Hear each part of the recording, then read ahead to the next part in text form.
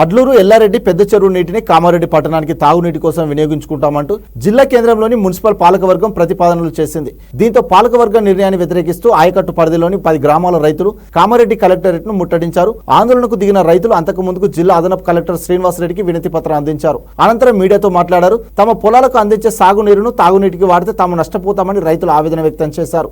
Municipal పాలకవర్గం చేసిన ప్రతిపాదనను తక్షణమే వెనక్కి తీసుకోవాలని డిమాండ్ చేశారు. చెరువు నీటిని తాగునీటికి కాకుండా రైతుల పంట పొలాలకు సాగునీరుగా ఉపయోగించుకునేందుకు సహకరించాలని కామారెడ్డి రైతు బంధు సమన్వయ సమితి అధ్యక్షుడు నారాయణ రెడ్డి కోరారు. తాగునీటి కోసం సాగునీటిని మళ్లించే ప్రతిపాదనను ఉపసంహరించుకోవాలన్నారు.